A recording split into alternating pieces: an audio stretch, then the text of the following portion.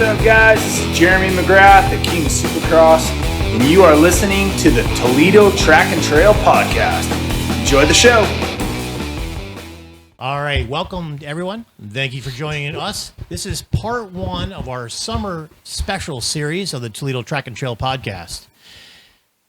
Mr. Matt Bucher, our co-host, is unable to join us today, but I'm happy to be here. Your co-host, Martin Wheeler. If you watch us on YouTube, please don't forget to hit that subscribe button. Give us a thumbs up. Don't be afraid to comment below either. It helps grow our channel. Today's guest pros, are both motocross pro racers. One of them is locally born and raised here, right here in southern Michigan, Mr. Cris Prebula. The other is from Los Fresnos. Yep, Los Fresnos. Brandon Pederson. He's from Texas, so we're excited to have both of you guys here. You know, like I say, it's the first time we get to meet with Brandon, but glad to have you here all the way from Texas and hanging out, keeping Cris straight, right? Well, yes, guys, sir. you know, I'm sure, you know, anybody that's going to watch the podcast knows Cris. You know, Cris has been around for a long time. Like I said, I'm not quite sure how long I've known you. I mean, we've been 6 years at MX Express, so we've been riding for that long. Yeah, I've been riding for 22 years now, I'm pretty sure. Okay. And been pro since 2017. And it's been pretty sweet. I like it. So you rode local tracks here? Yeah. The Deltas, I Super did Coast, the Mylands.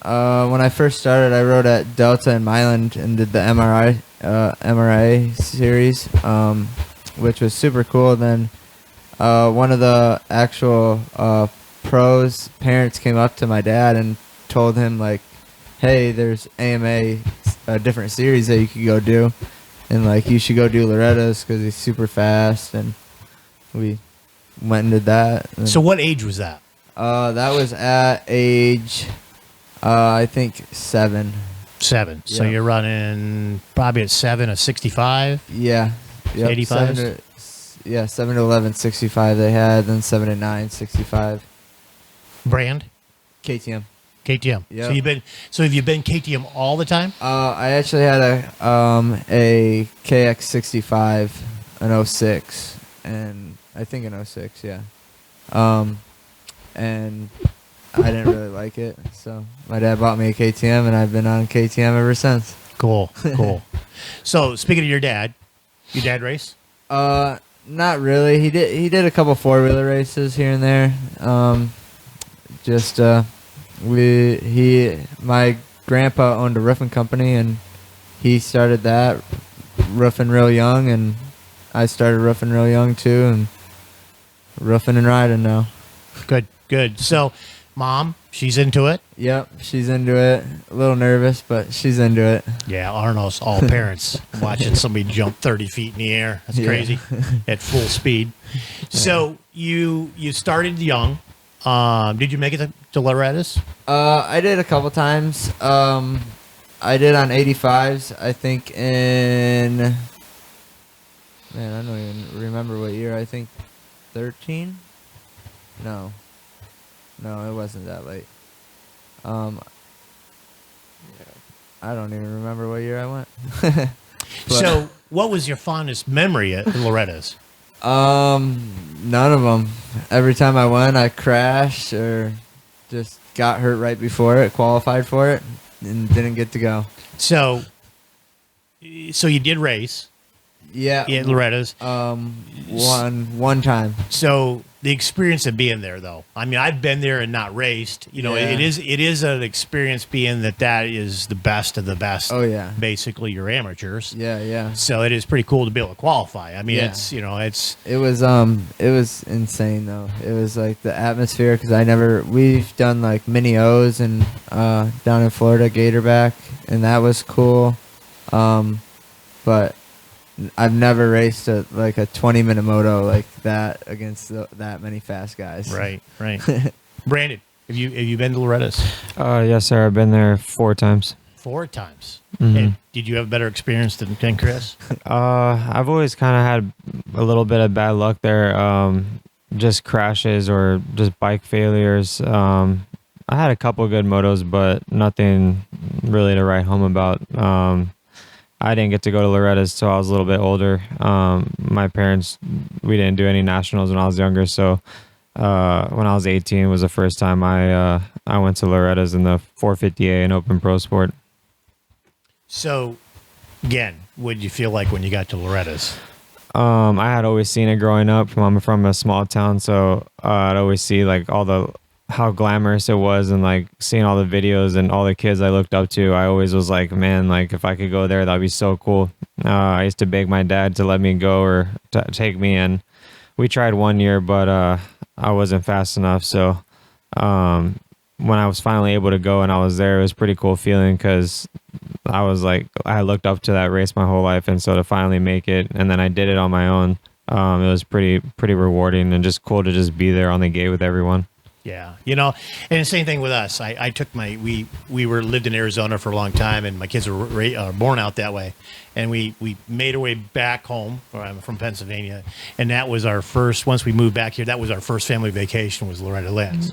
Cool. And being that we weren't even racing, I've raced and been riding since I've been 5 years old, and so it's motorcycles is always fun. But even just going to Loretta's and being there and watching the talent of the young ones that's come up to be there. I mean, it's like becoming pro. Yeah. Once you get in that elite top 40, it's amazing. Yeah. That go there. So it is cool. We got to see kids that are now running major pro stuff that are riding very fast and the top pro stuff, so it's pretty cool. We got to see some older motocross people have been there that always go there to be there to represent the manufacturers and also riding. So it's really an all together a great place to go, whether you're riding, for whether you're riding, racing, or just there visiting. So pretty cool. So Loretta's was high point of your racing. Getting to Loretta's. I mean, that's usually what everybody's trying to do right now. That's what everybody's trying to do. I think, was it maybe this week's one of the last regionals? I think there's only a few regionals left, or if any. So everybody's trying to get that ticket to get down there now. But as you were coming up through the ranks, Cris, what other races, what other things stood out that was maybe not as exciting as Loretta's because of being such a history there, but what other races you've really enjoyed that before your pro stuff? I like we went to Branson, Missouri, did that a couple years. I think I got a 5th place in the 65 class there. We went to Ponca City. I got a couple good hole shots there, and got a 5th there. You said Mini O's. Mini O's, yeah. Now, I've never been there, but, anybody that's in racing, everybody says Mini O's. So tell us, what is Mini O's? Is it a bunch of Oreos? What is it? Oreo cereal? What is it? It's Cheerios. Yeah. No, but it's international in Gatorback, Florida, and it's I think a week long or a week and a half long. But it's I think 3 days is the Supercross, and then you go from Supercross and then you race 3 days of outdoors. And it's super cool, and you can get 2 titles real quick if you need to. And then they actually do the you can get your Supercross points in the 250A class there too. Sweet. So now you're Southern Michigan. Yep. Born and bred. Been riding here, which we have sand, but I'm not sure it's quite sand like Florida. We have dirt, so we have a little bit different conditions. So going to Florida, how much different was it than riding up here? It was they got a weird hard base to their sand down there, but it's in some sections it's like never ending. But there's other sections that it has like it looks like it's sweet sand, and you hit it, and it has like a weird hard kicker underneath it. But it was sweet. WW was super sick, like the track there and stuff. It was just awesome. So we talked about, the Lorettas, the Mini O's, the racing kind of stuff. Now, I do believe here, I thought I was trying to check facts here, but you've done maybe some schools down that way too? I did. I rode at south of the border for a month. Like that, really, it was super cool there. They helped us out a bunch there. Then we went down to his 956 facility down in Paradise, Texas, where Brandon trains full time. And it's super cool there too. They got 3 supercross tracks. Jerry makes a new track every day, so it's awesome for training for the nationals, for them fast 3-lap. Like, if you don't have your fast lap in 3 laps at a national, you're probably not going to get in. Like, so it's super good to have a new track every day and just training for those 3-lap sprints and get that in there, and then off to the moto. Right. So now we're talking Michigan. Yep. Florida. Now you head out west. What's the conditions? What's the tracks look like? How much different is it, either Florida or in North, Ohio and Michigan? It's different. They definitely have a water droughtage out there, but it's crazy. Like, they have their practice is like kind of all day. They don't have any classes. They got like 3 different tracks at every track. They have a vet track, they got an amateur track, and then they got a pro level track. And like, they have pro prep day, and you'll be out there riding with all these factory dudes, and it's like so crazy.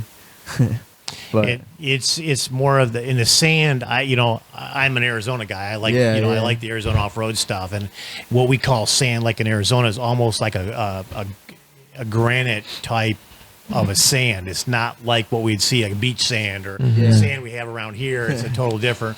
And then I know 2 years ago, well, maybe it was pre-COVID, you guys did a big road trip and went to California and went riding a lot of that. So tell us a little bit about your trip you did out there, because I think Colorado maybe you stopped. Yeah, we me and my one buddy Johnny drove out to California and drove through Colorado and stuff like that, and just rode mountain bikes, checked it all out with my dad, and we spent a month in California, rode a couple tracks. It was super cool, but it was just a different atmosphere out there. It's just a lot of traffic. Yeah, a lot of traffic. Now the tracks in the tracks in California. Now I haven't been to a ton. I've been to Helena and a few of those things. A lot of that's such a super hard packed track. Yeah. How do you train?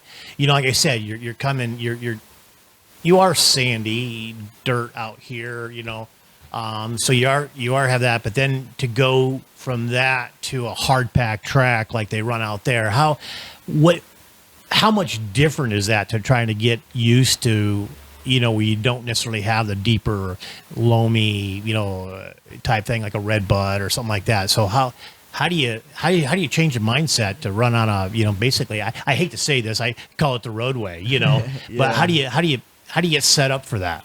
It's super hard. It's like you have to be super on the throttle, a lot of throttle control, and just like I've been running a paddle for practice, like first practice, second practice, every practice, to just feel it out. Then when you're on something like slick like that, even when you're on a paddle, it's already super slick. And then when you put a tire that will grip on it, it will somewhat grip better than what a paddle was. So you get a little comfortable like that too. Cool. So that helps. So you've put a lot of time. I know you spent like you were talking about. You spent all winter long in Texas. I'm assuming you're probably going to try to do that again this year. Yeah. And you're riding. I think we talked about this at the track the other day. You ride almost every day. Yep. So you're riding every day. Is that riding dirt bikes every day, or are you doing some mountain bikes some days, riding some days, running? What is more your routine for your endurance? We'll do. We'll ride probably 5 days a week. We'll cycle pretty much about 25 miles every day after we ride. if it's a good day. If we Holy don't, smokes. depends if it. You make me rains or tired not. just thinking of this.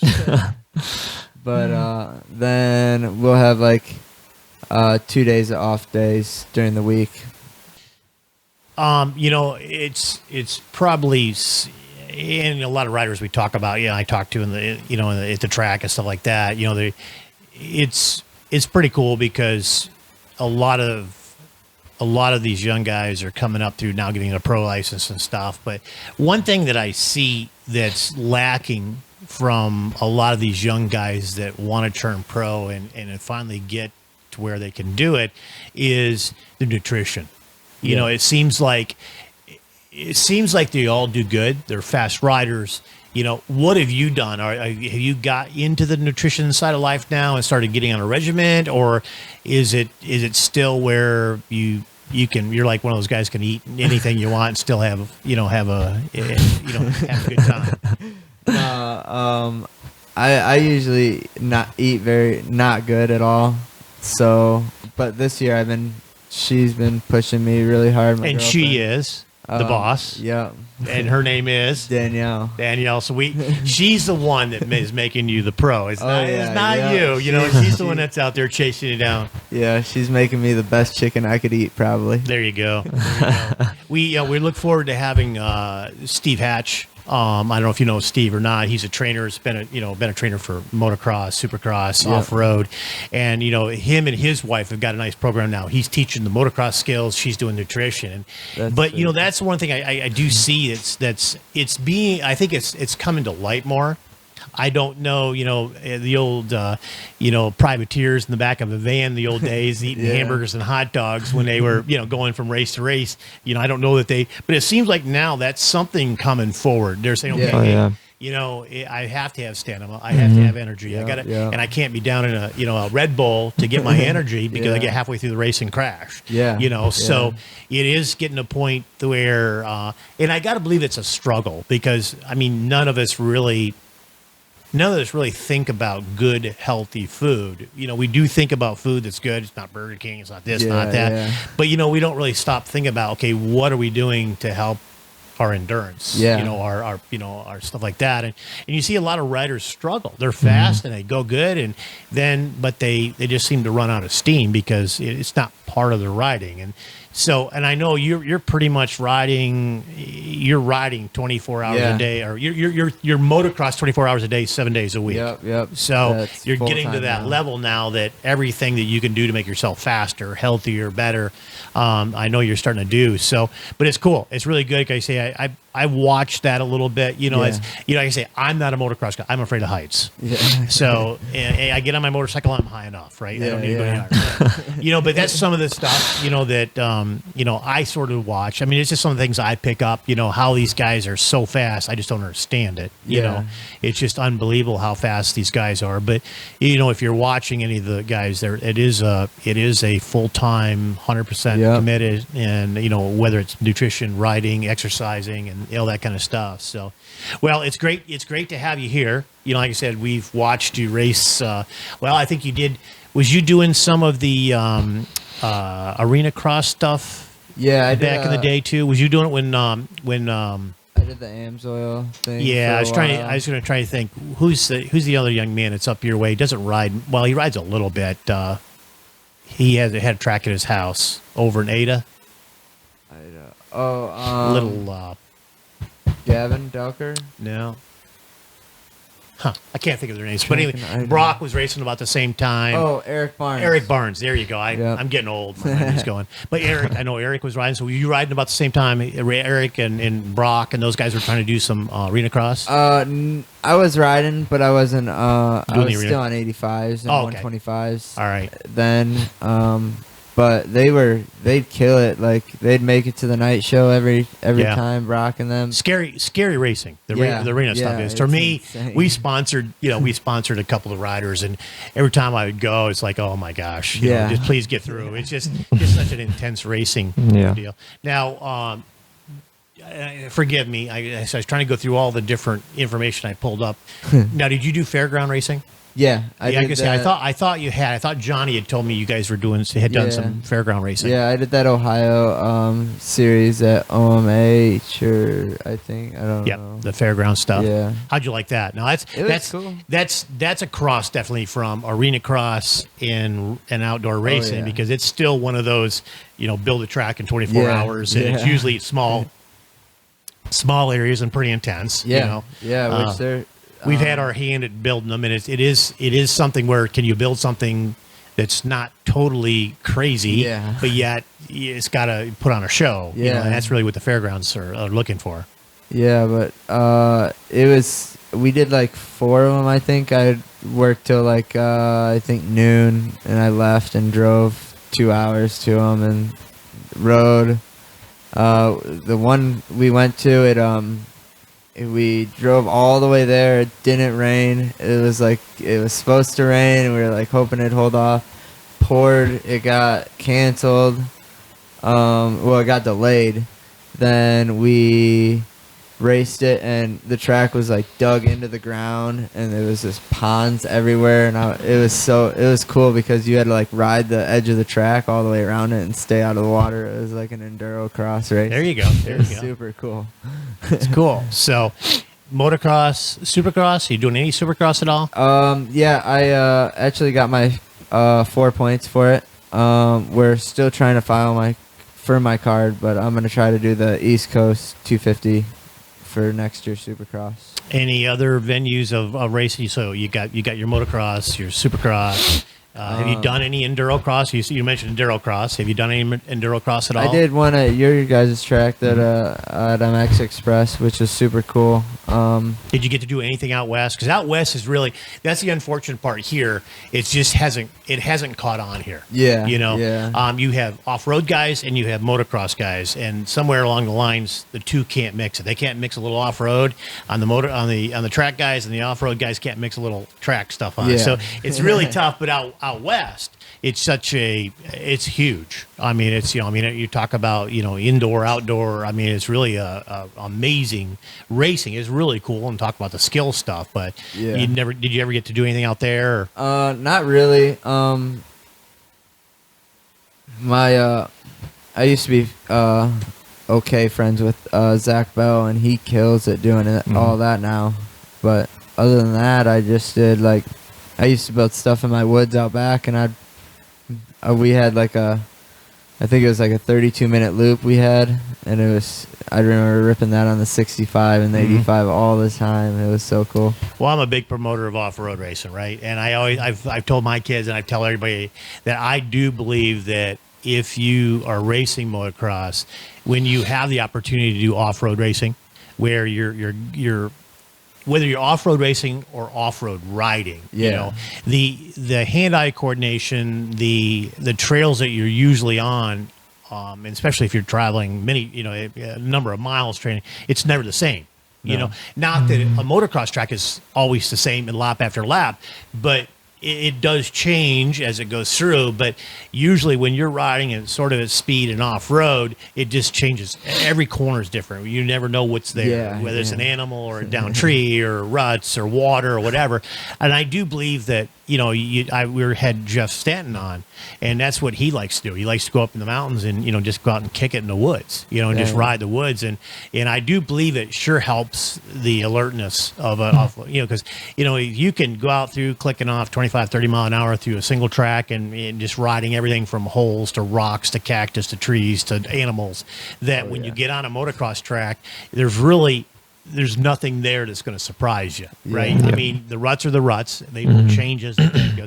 Riders are there. You're going to go around them, but it's just one of those things you don't think about it, So it is a different. But anyway, that's the off-road racing, and I would say ride as much off-road as you can. I'm a big promoter of that. But so you've done that. And again, let's talk about your motorcycles. So your KTM's, you've come up on the KTM brand, and the different. You're riding a 250. Yep. Correct. No 450. Well, I got 3 450s left, but I haven't been riding it really. Okay. Big 250 guy now. 250s. Well, you sure make the 250 go. Oh, yeah. I've seen you chasing down the 450s. Yeah. So, apparently that 250 works pretty good. So, Yeah. but, and you like the 250 class. Yeah. It's a tough class. I mean, there's a lot of 250 fast guys looking to go to 450. Oh, so yeah. they're working hard. So you've got a lot of competition. Yeah. I mostly wanted to do it for just prep for Supercross. Just get comfortable on the bike, feel it out, and then be 100% for Supercross. Well, you're doing well because I think out of the last 4 nationals you've been in, right? 3. Or 3 nationals, you've qualified. The first 2 I qualified straight in. I don't really remember what place I got, but The last one, you killed it in the last chance qualifier. yep, killed it in the last chance qualifier. Won the last chance qualifier. That's 2 W's for the last chance qualifier. I won There you go. the first ever Loretta Lynn's Pro National LCQ in the 450 class last year. Oh, Won wow. that too, That's good. and that was super Cool. sick. So you're liking the 250s. You like the KTM brand. Any chances that you're going to change brand, or you're going to stay with KTM? Unless somebody gives me a bike, I ain't gonna change. I'll always stick with KTM. They're Right. the best. Looks like you got it dialed in. Yep. You got it working. Yeah. You're cornering great. Your speeds are great. You seem to be real consistent on it. You've got it dialed in. So, like I said, it's amazing, really amazing on the, when a bike is clicking, the rider's clicking. Oh, yeah. It seems really good. And it looks like you've got that working pretty good.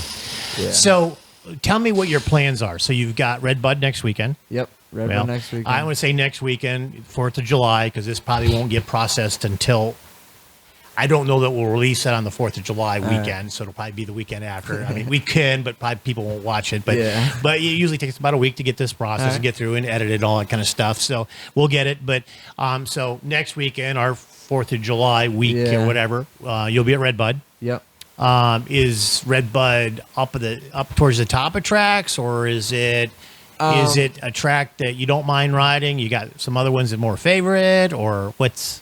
I Where's liked Red it. Bud? I liked it always. Like, it's always been one of my favorite tracks. I haven't really rode it in the last couple of years very much as I'd like to, just because I've been traveling so much and just hopping around.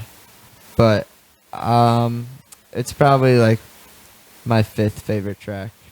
They changed it a lot. The Yeah. soils changed, that kind of stuff.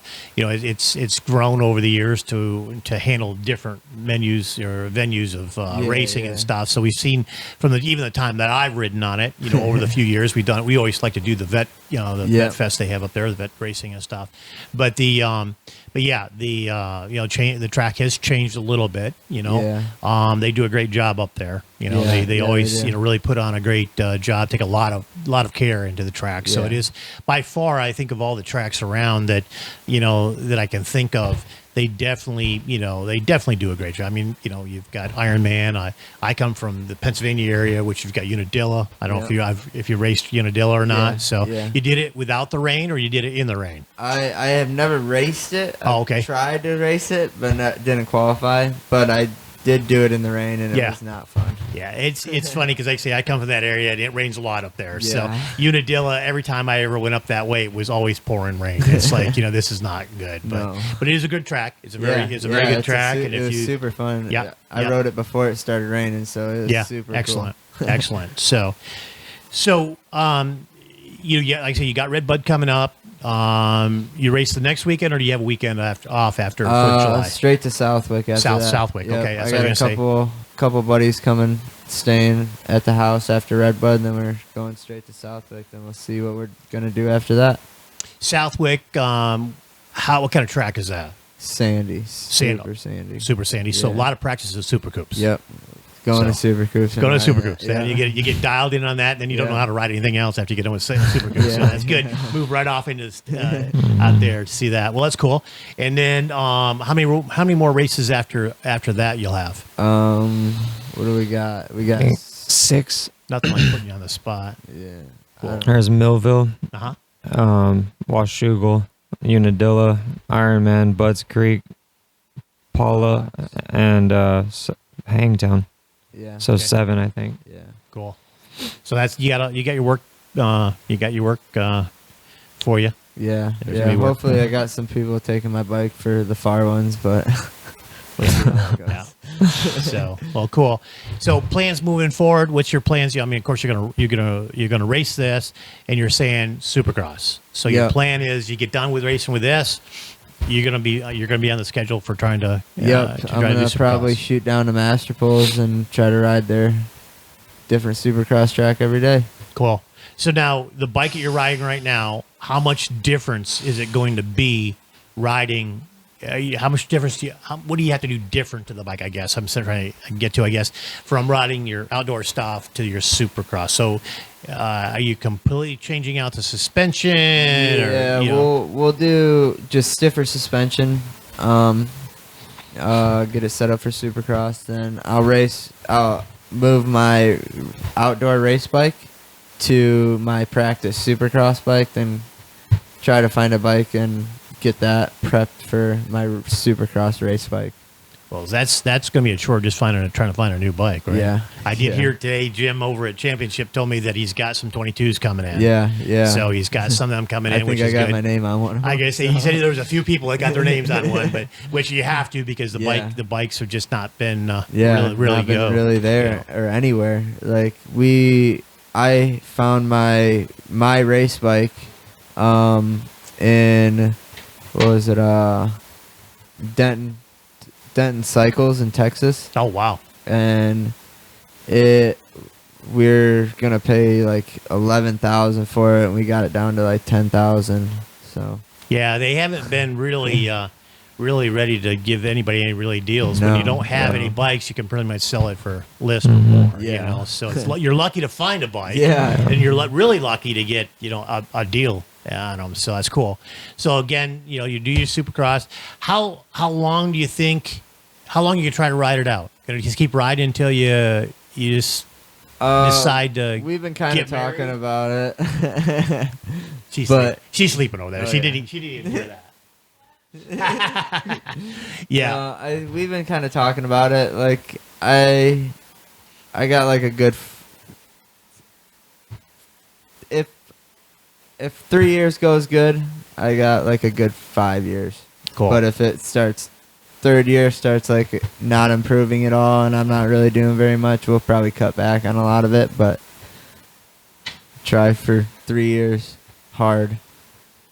Well, you've got. I'll be honest with you. I should be watching a little bit more. But young guys coming up. You got some really fast young guys coming up. Or how's it been since this COVID thing going on? I mean, how has the sport grown, or has it been stunted? I know they didn't ride a lot last year.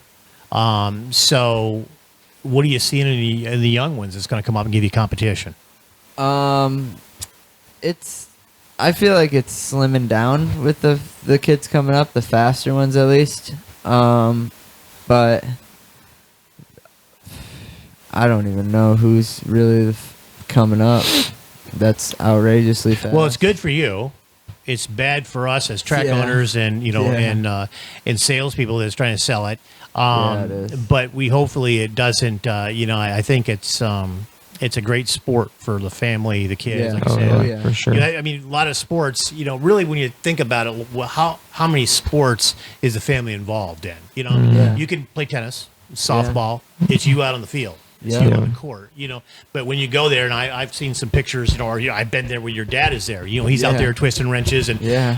he ended up rebuilding the motor I had or training. No, we had our buddy Ty Masterpool, his mechanic Brandon, come over, and for High Point, I was looking at my practice bike, and that's the bike I was racing for the first 2 rounds. Then I had the fresh bike and a fresh head from Twisted Developments, and we were going to put it in there, and it was supposed to be a mutter, so I was getting ready my practice bike, and I seen I had a crack in my case.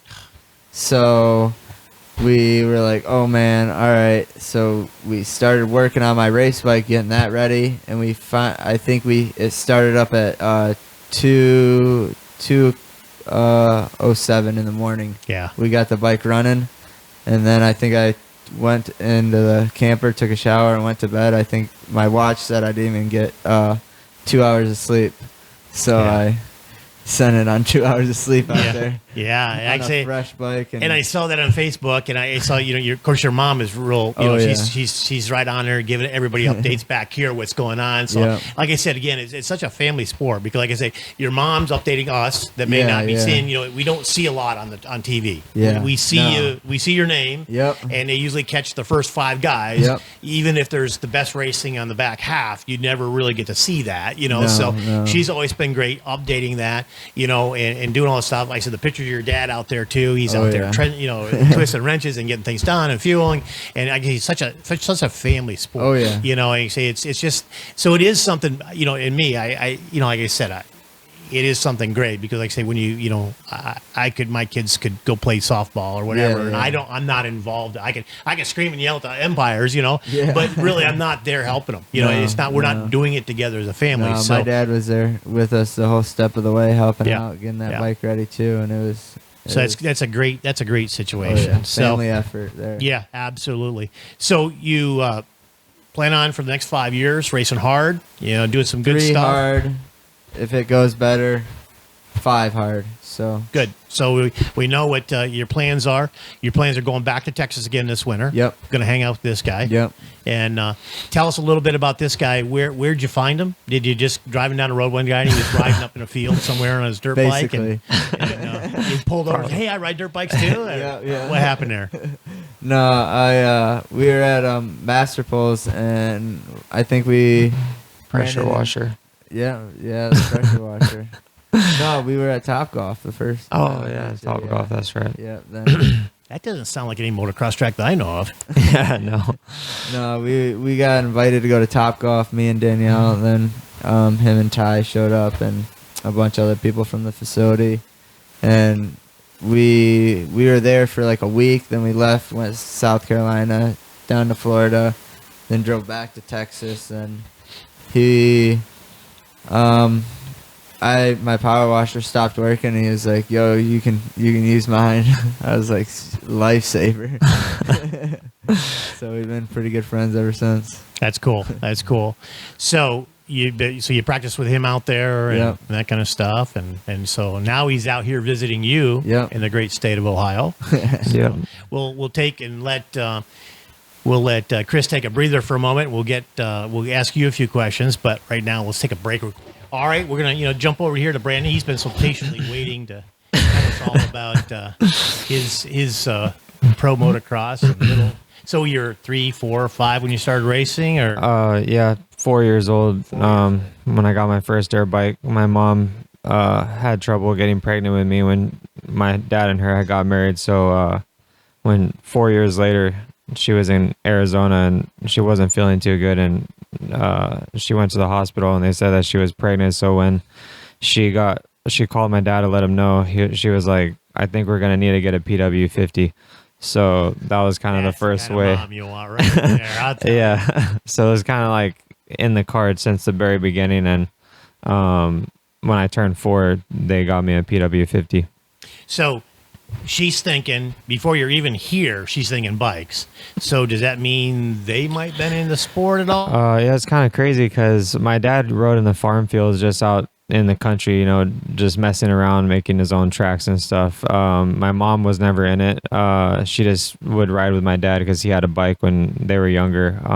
But it was just all for fun. But I don't know why she said it, and she still doesn't know why she said that. But that's probably their biggest regret, is getting me a dirt bike, because they don't the amount of money and just injuries and all the things that come with racing just took a toll on them, and they're a little bit different than the typical motocross parents. Well, it's funny you say that about the injuries and stuff like that. You talk about, I've been very fortunate not to have too much go wrong. I've had a couple broken fingers and some toes and stuff, but never really have had major. I said most of all the stuff that I've been done is off-road. Few motocross stuff here and there, but we were at the we had a race. We had the little SASIC race, little kids race on Saturday, and in comes one of our typical families, and they've got 4 kids, and the youngest two, the little young girl with a broken arm, and the young man with a broken leg. And so I'm thinking, okay, have you been up to Twisted? Did you race, Redbud or Delta? Where did you go? What happened? How did you break? How'd you break your arm? Well, they forgot to turn the water on the slide going into the pool. She got halfway down and it tumbled overhead, broke her arm. And the young man was playing with his RC car and hit himself with the RC car and broke his leg. Oh man, So that's a hard hit. We're laughing. Yeah. Motocross is not always the most dangerous. Oh yeah, that's for sure. Yeah, that. definitely. When it's probably as faster that you got. I don't know if your injuries were when you're real young or after you started getting to a point where you were starting to get faster. Yeah, when I was younger, I was just growing a lot, and I was always trying to hang it out because I'm from a small town and. Riding is like no one knows anything about it down there. I live on the southern tip of Texas, down by the Mexico border, and there's only about 20 people that would come to the races, and I would race my pit bike in the pro class because it was just so bad and talent and stuff. So whenever I was riding, it took a lot to train, and I would just come to races up north and try and hang with the guys that I never got to practice with, and I would always just wad it trying to go too hard. So I was breaking every bone in my body. It seemed like I broke every bone in my right arm. I've broken my back. I've had 7 surgeries. Yeah, I'm all jacked up. I hurt like an old man already, and yeah, I'm in my mid-20s. So yeah. So like you said, your parents really weren't motocross or bike oriented, but yet you still was able to ride and get into the racing. So did they take you other places to race, or just was you racing basically locally?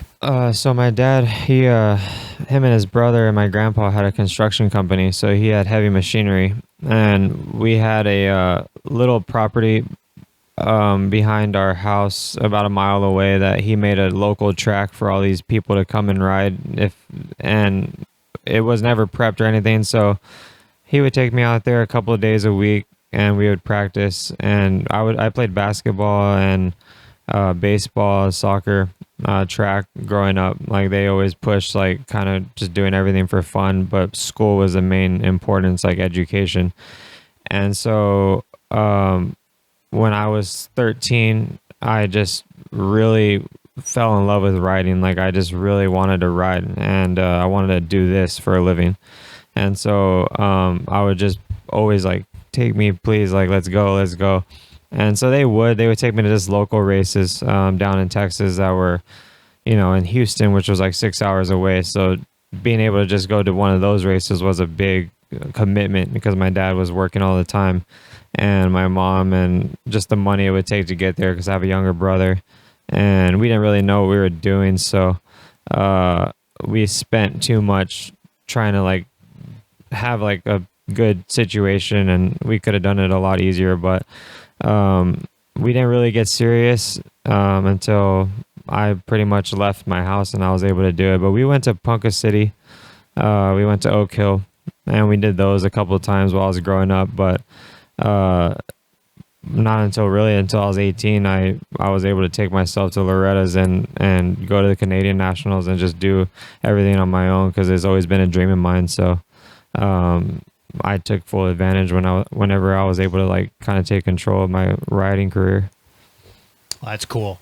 I mean, it says a lot for a family, like you said, the commitment, and I'm sure Chris's parents can mimic the same thing. The amount of time and effort, it takes, and not even to be a great racer, just to go and go to local tracks and have the kids enjoy riding and racing.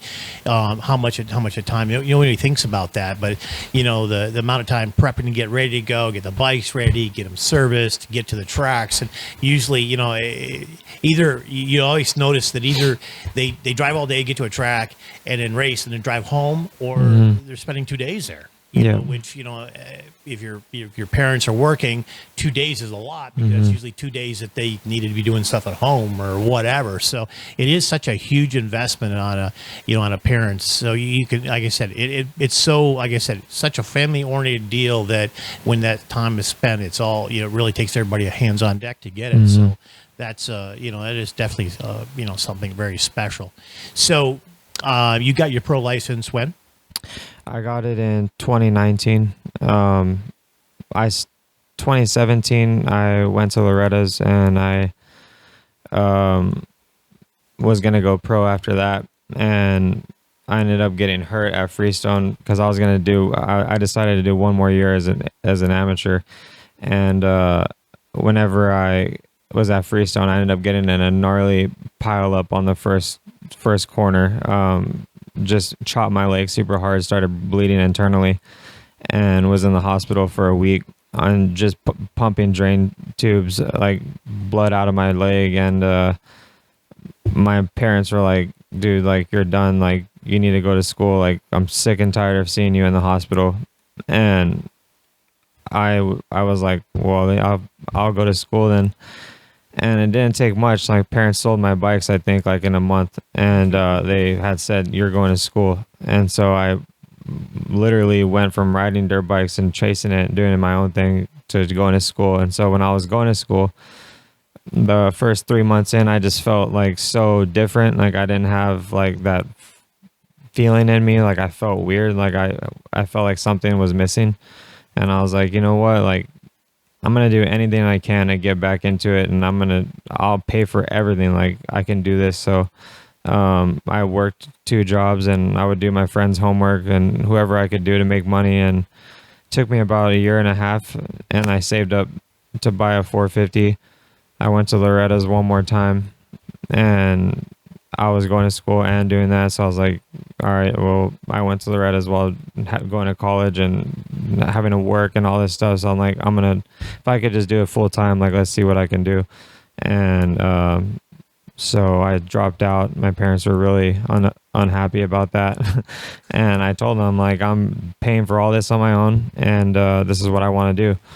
So they kind of accepted it, I guess, and I've been doing it ever since. So 2019, I got my pro license, and I did the Canadian series first because I wanted to see kind of like what the traveling and the 30-minute motos was going to be all about.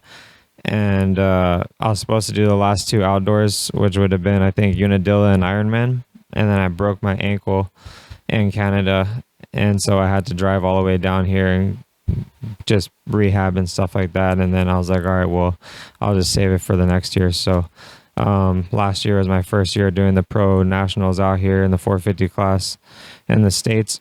And this is my second year, and then I'll be doing Supercross this upcoming year as well.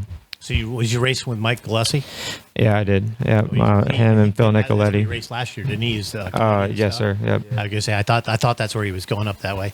We've had his brother Jeff has been out and had done a couple schools for us out here, and he put on a really good school, or a couple 3 schools, I guess, probably what he did with the kids. He the local kids here that was going on our track and stuff, they really enjoyed him coming out. He was there with them, and hanging with them and teaching, so that was good. I don't really know Mike much. I've talked to their dad and Jeff when we were getting them to come out and visit and do some of the training stuff. But yeah, it's I know there was a number of guys up there racing. Yeah, it was pretty stacked. There was a lot of guys. I didn't expect it to be that gnarly. I think about 15 of the guys were really solid. Phil Nicoletti was there, Matt Gerke, Cole Thompson, and you just got a lot of standout riders. So it was a pretty good competition, and the tracks got rougher than I expected. It was pretty good step to before the American Pro Motocross Nationals, but American Motocross is just so much gnarlier. Like, it's gnarly. So Chris, have you ever? Sorry about that. Oh, yeah. Chris, have you ever run the Canadian stuff at all?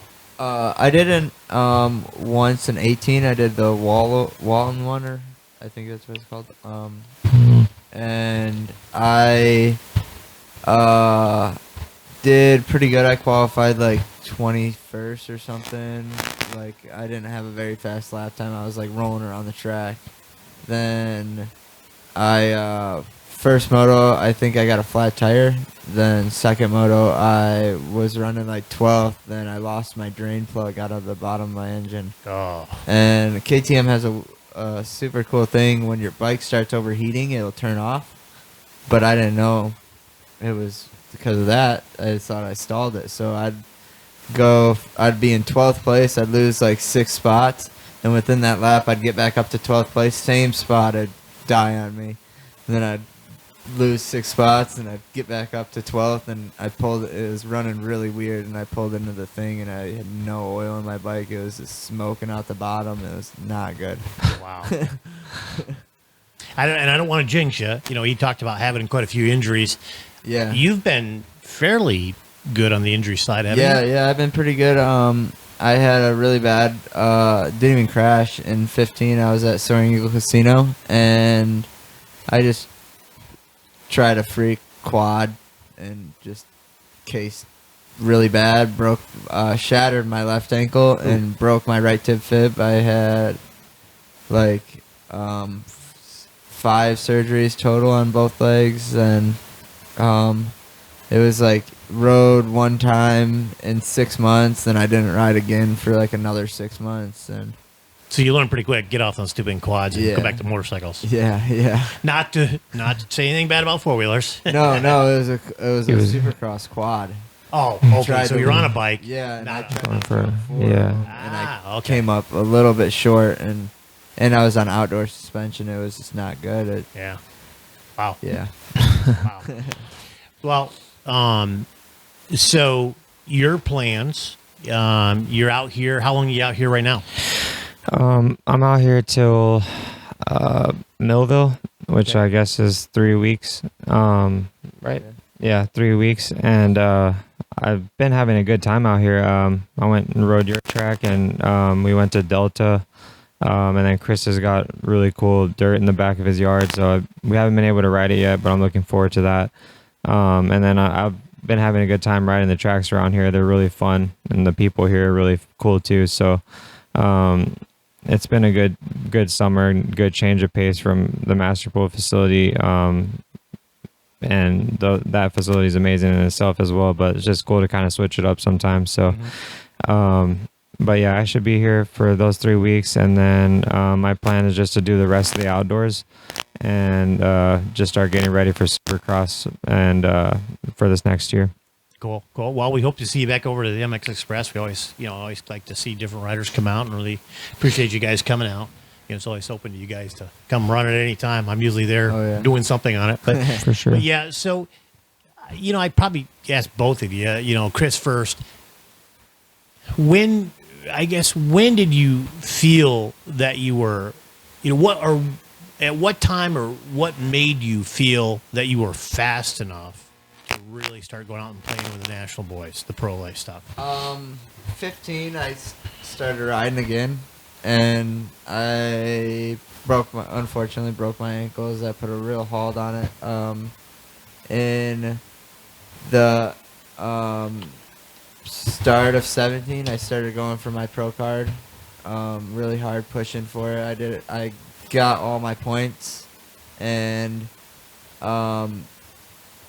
it was the start of 17. I got all my points, and then we were gonna go to Loretta's in 17, and then dislocated my elbow at Redbud a couple weeks before Loretta's, and that put a hold on it. And then I was like, all right, well, might as well just do the rest of the pro nationals, and we just hopped in the rest of 17 and did those. Was there something that, was there a switch that flipped that seemed like, wow, hey, I'm getting faster all the time, and this is when it's the best time to go after my license? Or did you just get to a point where you were so comfortable on the bike, you just seemed like it was definitely the time? Or what? I mean, there's a lot of guys that's fast. You see them out there, you go, man, I wonder why they don't go. Why don't they go? For the pro license. Yeah. But it's either there's something. Is it the drive, or do they get so? When do you get so comfortable on the bike and go, hey, this is really I can do it. What made you feel this is what was going to happen? I'm going to go after that pro license. It was kind of just like the urge, like you always want to just to line up on that line. Like my first time ever qualified for a pro national was in 18, and it was at Redwood, my home race. Like qualified like 31st. Like it was so cool. And like got the picture up there, and I was like, this is like it. Like I'm so happy. Then 19, didn't really do any pro nationals. This was like, because I did the rest of them, and didn't make any more after that, and I just kind of got burnt out. And then 19, I worked all year, just rode like one national at Millville, didn't qualify just to keep my card. Then 20, I really wanted to I was like, I wanted a point. And then my drive started back up again. Then I'm qualified for 4 of them in 20. And super close on getting a point. I got like 3 24ths and super close, but never got my point in the 450 class. But I'm definitely going to get it at Redwood for sure. Good job. Yeah, that's exactly right. Well, I mean, that's just amazing to qualify like that, though. You know, like I say, you're the top 40 guys out there, around. But so, Brandon, how about you? So you told us you're coming from a small town. Competition wasn't that great. You go to Houston or Dallas or someplace like that. You go start riding with these guys that are so fast because they've been riding real fast. Mm-hmm. So you had some catch up to do. I hate Oh, to yeah. say, but you had to go all of a sudden. You got to go from just a small town riders to these guys that are really are really doing it. So how do you jump from that to the fast guys to the really fast guys? Man, it's just a lot of self-determination and never give up attitude, and a lot of commitment and a lot of confidence in myself. I put everything I had into it, and there was never I put my life into it, and I was willing to give everything I had and to look myself in the mirror at the end of the day and say, did you give everything you had to do this? And if I can walk away saying that I did, I would be happy with it, because life's all about chasing your dreams and doing what you want to do. And I see too many people give up on it. And I wanted to make sure that I could give it everything I had and answer to myself honestly that I did give it everything I had. And that would be, even if I didn't make a factory ride or anything like that, just knowing I gave it everything I had would be okay to me. So when I qualified for Loretta's in 15, and it was a year, it was 14 or 15, the year Axel Hodges and Plessinger and RJ Hampshire, they were all in that class. I was living in California by myself. I shot an MTV show that paid me money for me to go over there and do it. And I was paying my own bills, taking care of everything. And I drove myself to the regional. I didn't have a mechanic, didn't have anyone with me, just lined up on the gate next to these guys, qualified to Loretta's. And I was like, man, if I could just train and not have to worry about doing anything else, I know I can do it. I know I have the heart to do it, and I have the commitment. And so I just was like, I'm doing this, and I've just always been committed to doing it, never taking no. Every time I, get knocked down, I'm always getting right back up. So I just have a burning passion inside me to do the best I can, and I'm going to try and do it until I can't. So that's kind of just my way I'm wanting to race. So you guys dream dirt bikes? Well, I think about it 24/7. I know, isn't that terrible? Yeah. What are you dreaming about? I was like, well, I was dreaming I was riding. To me, it's like, I was dreaming I was riding up in the mountains of Oregon, Yeah. or, the mountains of, Colorado. But so since you went down this road, so we have a professional actor in our presence? Oh. TV? Yeah. I mean, do we get to see you doing the real husbands of LA? Almost like kind of something similar. So tell us. Yeah. We got to know here. Is this something Yeah. you get to go back to the archives and pull this thing? Go like, I know that guy. That was Lovecraft. Yeah, my parents, when I turned 18, they're like, we're not supporting you anymore. We wish we could, but we can't. And they're like, you got to get a job, pretty much flat out. So I worked at Texas Roadhouse for a little bit. Good place. And yeah, really good, great steaks. Yep. But when I was there, I was like, man, I'm not making enough money to be a pro motocross rider. Like, motocross is extremely expensive. So I'm like, how am I going to do this? And being, 17, 18 years old, I go on Google and I just put how to make a lot of money doing something fun. And it gave me this, probably an ad that said casting 360.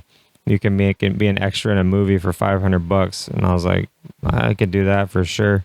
And so I signed up, and long story short, I saw this listing, and it gives you all the listings on this page. It gives you for MTV, NBC, ABC, like whatever show, tells you how much you're going to make.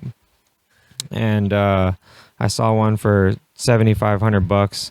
And I was like, what is this? And it said, do your parents hate your girlfriend? My God. We got to see this thing now. And so... write that down here. Yeah. And so I was like, well, I just had started talking to a girl like 10 days into it. And I knew my mom could get really mad. She was always like the one getting mad at me.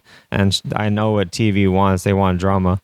And so I was like, well, if my mom acts the way she does to me, like this will be a perfect show. And so I signed up, or I wrote the little essay about myself. I said, my girlfriend's a terrible influence on my career. My parents don't like her because I'm a pro motocross rider and stuff like that. And they took it, they liked it, and they called me, and the crew was from Europe, and so it was an international. It aired in every country, like 40 countries except US. They had, international star. Wow. It wasn't like, can you get that autograph? but it was cool. So they're calling me, and I didn't really know what was going to happen, but they ended up calling me one time, and this was going on like every day. I would get a phone call for about 4 days, and I hadn't told my parents anything. I hadn't mentioned it to my girlfriend at the time, or the girl I was talking to, or nothing. I just was doing it on my own, seeing how far I could get.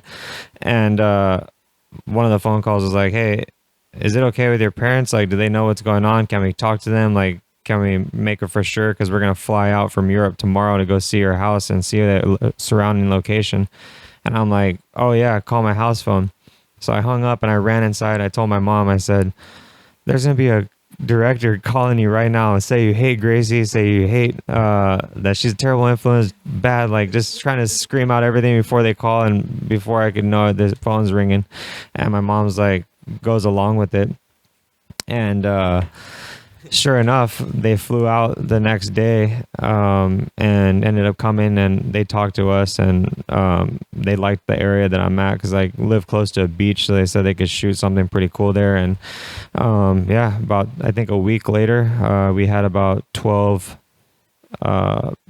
people, mic crew and the directors and sound supervisors and all that, coming to my house and micing us up for about 3 weeks.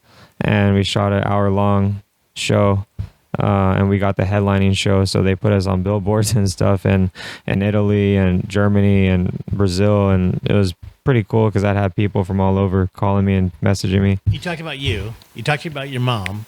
You haven't said anything about the girlfriend. So what happened to this girl you were talking to? How did that go? So we were moving to California, and that was the end of it. And it was just a terrible time because she didn't do anything and just stressed me out more than she was good. And I'm like a more easygoing, go with the flow, like whatever, like kind of thing. And so I told her, like, you want to go with me to California? And I didn't really know her. And that was probably my mistake. But yeah, so we didn't end up working out. But did it make a good show for the MTV? It made a good show. I mean, it was scripted. They like, if you guys watch it, you can watch it. It's on YouTube. I gotta see It's got I'm sure this will make it into the, the podcast. yeah, it's got about 10 million views or something on YouTube. But I mean, if you watch it, just keep in mind all of it's fake. It's not a serious thing, but it was decent. I've only seen it one time. I don't like it because it made it seem like I didn't want to ride and my parents wanted me to, and when in reality it was a complete opposite. So it's kind of hard for me to act like that. But yeah, I got paid a lot of money and I used it to go to California, and I lived there for a year and stuff. So it was cool. Cool. So what kind of movies have you done, Chris? Peacock. That's about it. Jeez, I say, man, like Chris is supposed to be the guy. Now we got a guy for the MTV. Is it still on? Yeah, I think so. MTV still Yeah. on? I'm young. I'm old. I remember that long time ago. I guess. We live in a camper. We don't have cable. So. Yeah, that's right. That's right. So, well, cool. Well, let me see other work on it. So I'm gonna see what I got. How about other hobbies? You guys got other hobbies than riding, or is riding it? We like to road bike. I like to go fishing. Bunch of pit bikes. Back to motorcycles again. Yep. Yeah. Driving. Girlfriend wants a horse, but you won't get her a horse. You got to have a motorcycle. Yeah. I'm sure you could put a trailer on the back of that motorhome. Oh, you yeah. know, put that horse right, so she could be riding horses while you're riding bikes. If you need to tow that bike to the pit row, I'm sure that horse would do it for you. And I have one that we could make easily put in the back of your car today. Oh yeah. Yeah. So, for me, I like playing basketball. I played my whole in high school. I even tried out for the San Antonio Spurs D League team because I was playing so much. And one of the coaches asked me to come when he was at a gym and asked me to go. So I play basketball a lot. And wakeboarding, snowboarding, working out. I like going to the gym. So yeah, pretty much just staying active and doing fun stuff.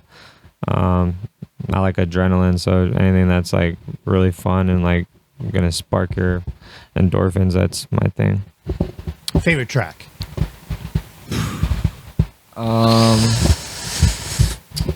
Probably Baja when it's smooth.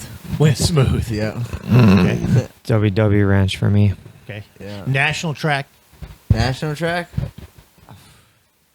WW. For sure. But I like Loretta's a lot too. Because it was actually a good track for passing. Like, you could run any line and you'd be like right on them still. And they could do any other line and you'd be right on them. It's just an awesome track to race on. I liked it. If if you could go back and change anything, what would you change? Not breaking my ankles. That'd be my main one. Yeah. Wouldn't change trying to get going earlier? Probably not. I rode BMX for 4 years. Tried to go pro in that. Traveled all over doing that, and got hurt a couple times doing that. And then I was like, doctors told me to stop doing that. So, and I was like, all right, I'm going back to motocross. How about you? I would probably not have. I would have tried to find a way to not stop riding for those 2 years. I would have changed that. But if I could just take the knowledge I have now and just bestow it on my 10-year-old self to know what I would need to do, that'd be huge. Like, just They call it experience and old age. Yeah, They call it experience when you for finally sure. get old, then you figure, I should have done that better. Yeah. But that's cool though. That's it's cool. You look back, but realistically, you guys are at where you are now, which is simply amazing. I said I enjoy riding motorcycle racing. Yes, I enjoy riding off road. I mean, that's just I can go out and get lost and just enjoy the day. There's nothing better than going out and ride through the mountains for me. And so it's a great thing. And everybody keeps telling me I'm getting too old to do it, but it's like, I don't know of anything else that I like as a sport. I don't know if there's anything else to do. It's just one of those things that it takes your concentration, takes the day's stress, it takes the day's worth of or whatever's going on. For sure. You simply forget it. Mhm. You're working hard. You are. Yeah. You're cooking along, and your concentration's where it needs to be. But at the end of the day, I used to always come back, and a lot of times we rode 100 miles, 150 miles sometimes in a day, Yeah. off road, which is quite a pretty interesting riding. But I'd come home, have dinner, and just sit down and be completely relaxed, tired. Oh, yeah. Really relaxed because Yeah. you had all your concentration into that riding, and it was just like I say, it just took such a it took you in a great place. 100%. And I've been very lucky to be able to ride all around the United States, in the mountains and stuff. So it's been pretty cool. So let's see. And I didn't ask you what you're riding a Husqvarna 450. Husqvarna 450, and you've been on Husqvarna most of the time? 2 years. I was on Honda for a while, and just KTM Husqvarna gas bikes are just on another level right now. Just the whole bike, it just made the Honda feel like just a dinosaur. It was a huge difference. So definitely see myself on one of those for a while. Cool. So, Cris, I'm going to say locally to start, because it's probably going to be a little tougher question when we start talking nationally. Everybody has sort of their sights on somebody that they want to be, but who locally here in Pennsylvania, Michigan, Ohio, maybe Indiana, who is probably your closest competitor? Right now, probably Walker. Jeff Walker. Yeah. He's ripping this year. This is probably the fastest I've ever rode, ever. And I'm feeling really good. And me and him are right on each other. We were riding at Delta the other day, and I couldn't get away from him. And he was inching up on me a little bit. So, but he's him. I don't really ride with Jeremy Hand very much, but he's outrageously fast too. Kessler is super fast. I've been riding with RJ Schroyer a bunch. He's been killing it. And he's I hate to say grown up, but I can say it because I'm old. So everybody's growing up because I'm getting older. Yeah. But I don't want to say grown up, but he's really developed as a rider. RJ has, because we've been watching RJ for a long time. He's been coming to the track all the years that we've been open, and just watching him develop year after year, the same thing. I think he took a little hiatus for a little bit, but then he came back, which seems like he come back more constant, and I don't know if I hate to say the word grown up, but maybe at that point in time, he's sort of developed into where, okay, this is like when you guys say, I'm ready. I want to do it now. Riding for fun is great, being fast is great, but all of a sudden turn that switch on, going like, you always this want is that it. drive. This is it. This is the time to go play around. So he does. Hopefully you're going to come to. Hopefully maybe you're around too. Of course we do our Pro Invitational. Oh, yeah. We do that for the kids. I don't know if you probably don't know much. When is that? We do that in September, I want to say. Okay. So what we usually do is we get 10, 12 pros. We usually do sort of a vet racing a little bit and some kid stuff. Is really who we concentrate on. And in halftime, we do a pro invitational. Yep. Oh, So nice. the hands have been out. Not only Jeremy, but I think his cousin. I think his cousin been out. Welton. Some of these guys have been out.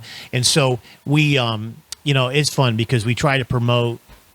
We started it promoting local riders too, and then other ones around. Yeah. But it's been great because these guys, we take pictures. They get to talk. They sign some autographs. These little kids get to see somebody that they see at their local track that they can pick up, turn TV on and watch and say, oh, there they are on the track. So it's really cool, and I think it's Cris is great. You see him talking to everybody at the track. And we've got to start developing our young ones because they're the ones that's coming up. They're the ones that's going to give you some competition, right? Yeah. So, but we need to do that because they need to focus too. There's so many things out there now, the computers and the games and all that kind of stuff, to where they've really got to start focusing, and sometimes they just don't get that opportunity or they don't get that drive. It just doesn't click to them because they maybe don't have a role model. You know what I mean? They don't Yeah. have somebody they can see and talk to and come up and talk to you and you show them on the bike or, like how many times do you go walk around and somebody's sitting on your bike, taking pictures, or standing up against the bike and taking pictures, So that's huge. We don't think of that a lot of times, but it's so huge to some of these young ones. Oh, yeah. So we try to do that. We make a nice little brochure with all the pictures and so they can come and get autographs and stuff like that. It's been very enjoyable for our family to see the little ones. Jeremy gave his number plate when he went from he got his pro number. He gave his amateur number plate that he had on his bike that year to someone. That's awesome. There. So it's just so great. It's really cool, and so hopefully you guys are going to be. I'll have to come up for that for sure. We'll do it. It's fun. It's just a fun day. Yeah, that'll be cool. Nothing sanctioned, but it's just one of those things that everybody keeps asking about every year because it's such a great time. Fun event, yeah. And everybody, local people, my grandmas and grandpas and all that kind of stuff come and hang out. So I'm not sure what we're doing on time. We're rolling right along. We need to probably come out. Let's see. So we asked about your favorite track, your biggest competitor. I didn't ask you about your biggest competitor. My friend Felix. It's who I live with. It's who I live with at the facility. He's the Mexican champion. He's won 4 times, I think, in Mexico. For motocross. He's on factory KTM. Well, now he's on Kawasaki. And he does outdoors out here as well. Oh, cool. He raced at the MX Nations at Red Bud too. Oh, did he? Yeah. Okay. Yeah. All right. We were there Mexico. in that mud. Yeah. And him and I are always just talking trash to each other, and it's a battle every day. So, for sure him. But yeah, but It's not good for you. it's been good riding with Cris too, because we usually are like just pacing each other, and like at your track the other day, I could not get away from him either, and I'm like, man, who is that guy? I don't know. It's Pederson. Yeah. It doesn't look like Brock. So it's cool riding with fast dudes, because like I said, growing up, I never had that, so just being able to ride it with them, like, it's huge, and it gets you really far. What? Go back to Cris real quick. What is your proudest achievement? Probably last weekend. That was the best finishes I've got. Like 2 motos in a row. I got I think a 24th and a 25th, and I won the LC2. Lasted both motos pretty good. Besides the last I think 8 minutes in the second moto, but I felt super good. Got 2 good jumps on both motos. On rails. About you? I have a couple AMA national championships in the college boy that were pretty cool. I got 12th in Canada, which is pretty good, and then 26th at WW Ranch was my best finish last year. So looking to improve on that this year and maybe try to get closer to scoring the top 20 points. Just at Stargate, just give him a kick. Yeah. Well, he's in the 250 and I'm 450, so true. That's true. Well, up to 450. yeah, I was giving him a hard time. So, where was I going? Oh, so we're winding down here a little bit. Really appreciate you guys coming out. This is sort of last minute. We normally our season 2 had already ended.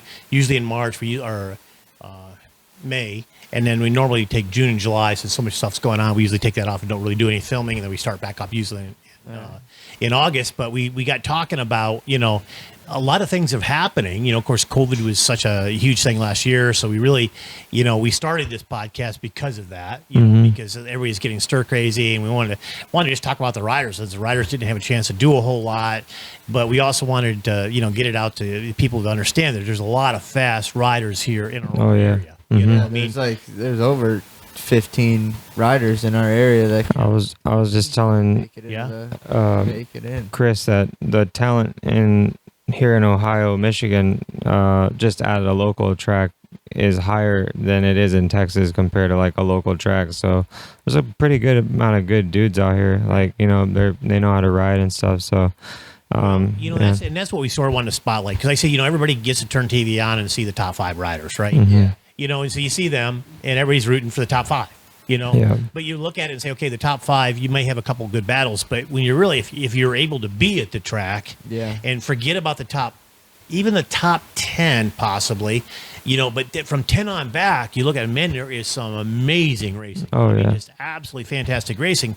The fast guys, sometimes there's a little bit of battle, but usually a lot of guys get out there, get going. And you're like, oh, okay, you see them and you don't see them. But it's just amazing. Like I said, from that 10 on, there's so many. And now we're starting to see local guys in that group going, holy smokes, they're in that group and they're racing. They're really doing the racing. The fast guys, they are racing, but usually they're out there, but the real racing going on in some of these nationals that, are just in the back of the pack and, are in the from 10 on. And it's just so exciting. And that's why we started talking about, like, gosh, there's so many people, whether it's motocross or off-road that, we've been able to talk to people like Just Stanton and some of these other ones here that are local that have gone all around the world riding off-road, And so it's been really exciting to go, wow, I can't believe there's that many people here. You start looking, and then of course our tracks are limited to some extent. We do have a number of tracks here that are fairly close, and that you can get to pretty quickly. Probably you can be at a track, and I mean, realistically, probably the farthest track for you is what we call local would be Log Road, probably, right? Yeah, probably because everything is Super Coops and Twisted, and Delta Twisted, right here, Delta, MX Express. We got a backyard track, Rick's. RTF in Indiana. That's pretty far for me, even that. Well, it's but it's probably not as far as Redbud, though, is it? No, Redbud's 3 hours. Yeah. So you're Baja, I'll go up to Baja. What is that? Is that a couple hours from you? Still? 2 hours. 2 hours. Yeah. But so Eric moved up there, so I'll go up there see him and Trisha. Oh, that's where they headed up that way. Yeah, they're like 20 minutes from Baja. Well, shout out to Trisha and those guys. I know they've got a little. Yeah. They got a new little one ready to go riding here. In a little bit. So that's really cool. But so really, 2.5 hours, 3 hours. There's a lot of different tracks, a lot of different terrain, a lot of different deals. So we've, that's when we started the podcast. That's what we were hoping to do: promote the tracks that's around. Hopefully, because things have was sort of tough last year, but over the last few years it's been growing. So we've been seeing a lot more people on bikes and a lot more people like you guys that are kicking it in gear and saying I'm going for it. So that's what we've trying to do. We've got some great dealerships around here that are really supporting the racing. Your sponsors. So we'll segment right into that. Let's talk about your sponsors. Let's talk about who's got you where you are today and who's helping you keep on going. I'd like to give a really big shout out to Miles at Estate Jewelers. He's been helping me out every way possible. My mom and dad, Garnay's, Rhino Power, Hanley's Automotive. I see Twisted on the back of the motorhome. Twisted MX. I got Pirelli tires. I think that's it. Hard to do it when you're put on the spot, isn't it? You got to do like the pro riders. They all write it on their hands so they can know what that is. Yeah, I don't know how they do that. Get up there and remember everybody. After riding for all day long. How about you? Mine are Fly, Scott, Guts, Arnie's Wing House, local restaurant. Wings. Really good, best in my opinion. My girlfriend, she not the one that you did. No, another one. Yeah, she's actually we've been dating for 5.5 years, and she supports the heck out of me. She helps me out a lot, and without her, honestly, I wouldn't be able to do this. And I work moving company as well, so that helps out. But other sponsor, Adventure Moto, and I think that's about it as well. Not too many people like serious sponsors. So I'm always looking for opportunities or more. Yeah. Well, I think I probably shouldn't mention this, but probably Chris is riding in the trunk because I didn't hear him say thanks to his girlfriend. Oh yeah. To Danielle Paxton, my wonderful girlfriend. And I gotta. You're in trouble. And I forgot about Chris at UFO. They've been helping me out with plastics and gear, and they've been super awesome hooking it up with that, and it's been sick working with them.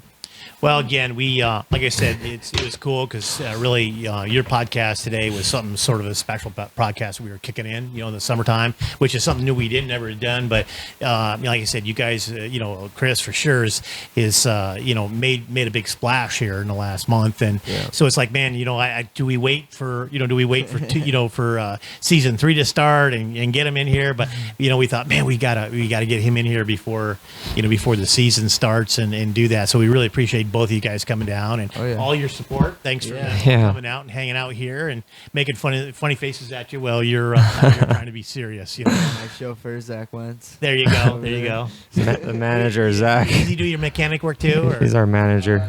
The water boy. I'll have him check my tire pressure every once in a while. There you go. He's my mechanic from Canada. Canada. Yeah. How did he get here? He trains at the facility and offered to help me on the national. So he's been here a while. He's been here for a while. We were just talking over dinner. We said, I wouldn't mind going to Canada. Like, they won't let us in. Yeah, so he can't go back, right? They won't let him. Yeah, he needs his second vaccine. So. Yeah. All right. He's a vaccinated one. Again, it's really cool. Really appreciate you guys taking time out of your days. I know, it's tough because, like I said, you're training all the time, and I see you got races going on and stuff. So I know we've sort of struggled over this last week trying to get it in because everybody's. It's been a crazy week. Matt, Matt, we're out there. We'll say hi to you. Matt's, he's got they got a facility for the elderly, and they do that kind of stuff, do some rehab stuff like that. And right now they're struggling trying to get enough people to help, and it's just sort of that time of year now, or at a time when things are struggling. So he's out there. He's actually working while we're playing here. So we had to say hi to Matt and let him be jealous that we got to chat with you guys and he wasn't here. So again, we want to thank you for everything you guys did. We want to take and just do a couple things before we better get my glasses on. I can't read. So before we wrap up, we want to thank the audience for supporting us the podcast. So this concludes part 1 of our summer special series. So stay tuned for us for part 2 in a few weeks. We want to thank our guests, Cris Prebula and Brandon Pederson. Pederson, yes, sir. Not with a D, not a T. Yep. For joining us today, and thank you for all listening in. Until next time, we hope you and your family can get outside, enjoy the sport of motocross and off-road riding and racing, stay on the track and trail. Whenever you are, be a good steward to support the sport that you love so much. We thank you for tuning in to Toledo Track and Trail Podcast. Stay safe, everyone.